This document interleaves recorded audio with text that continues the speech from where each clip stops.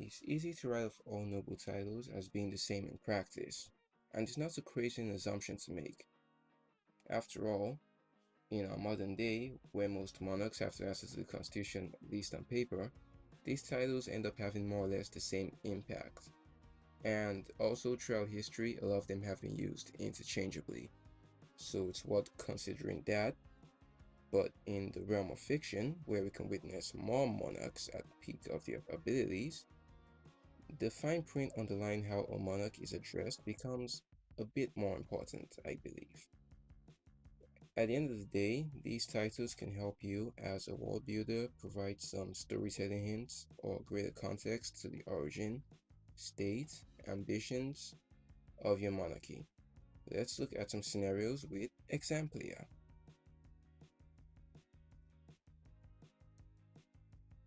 Okay, so Fredward, Emperor of Exemplia. This is a classic, and across many settings, both historically and fictionally, this is what is used to signify that some guy had supreme authority in a place, at least on paper. Fredward as Emperor of Exemplia is very straightforward. Some institution, be it religious or traditional, or the classic "you get to be king when I die" promise that's definitely never caused any problems before, or just plain old violence has deemed it right that Fred would be in charge of everyone, and that's that. In our world, we've got a lot of examples. The British monarch is probably the most popular, but we also got the King of Saudi Arabia and the Emperor of Japan, and so on and so on.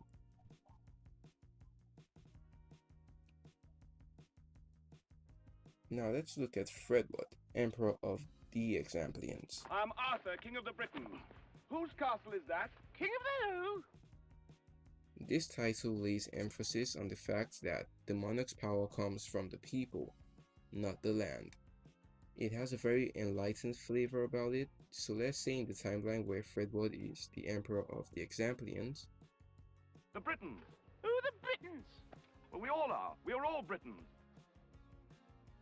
the monarchy is established with popular support, or perhaps Fredwood is making a play to make his country seem less archaic, perhaps with some of his next door neighbors having had revolutions and become republics over the past few years.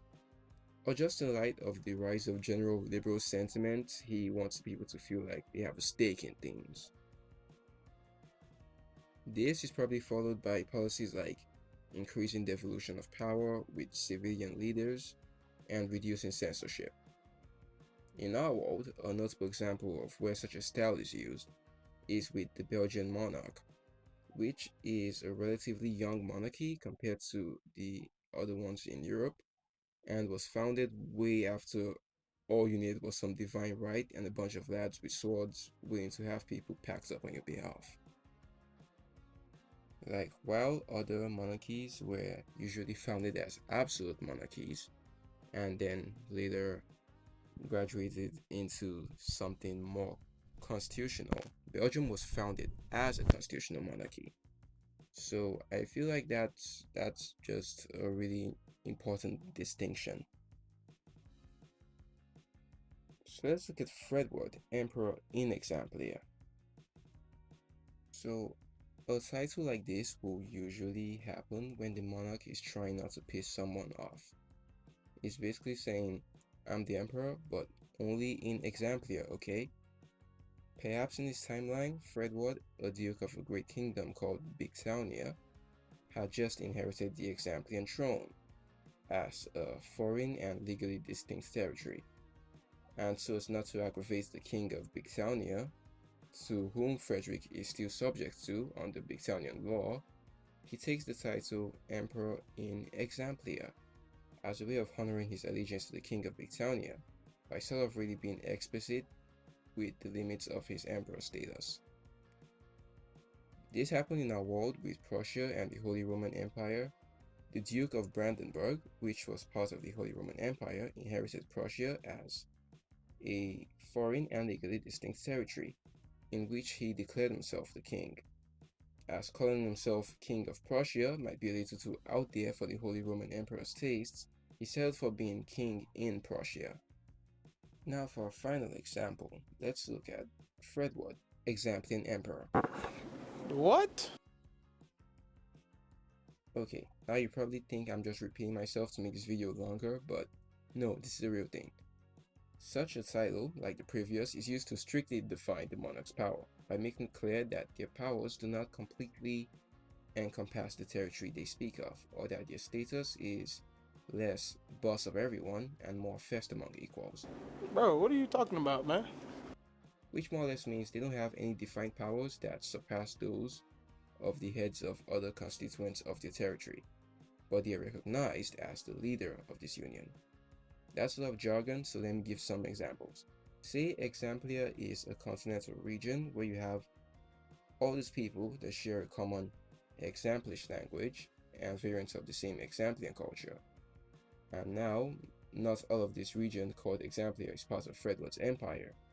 Then to call himself the Emperor of Examplia would be to claim sovereignty over all of this cultural region, including places that are not part of Fredwood's empire, including, let's say, the nations of Sampleton, Instantia, and Grand Specimensburg.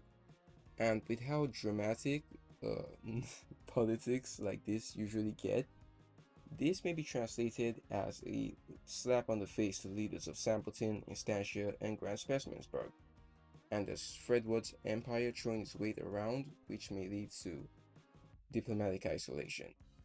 So to walk around this, Fredwood makes his title Examplian Emperor. And now you can catch him out. Is he Examplian? Yes. Is he an emperor? Yes, he is. And bada bing, bada boom. You're probably thinking that all of that has to be a load of rubbish. Well, it kinda is, but only because it was German.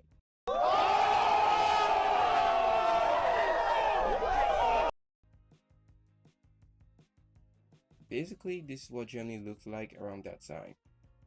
Talk about a map claim only your mother could love, right?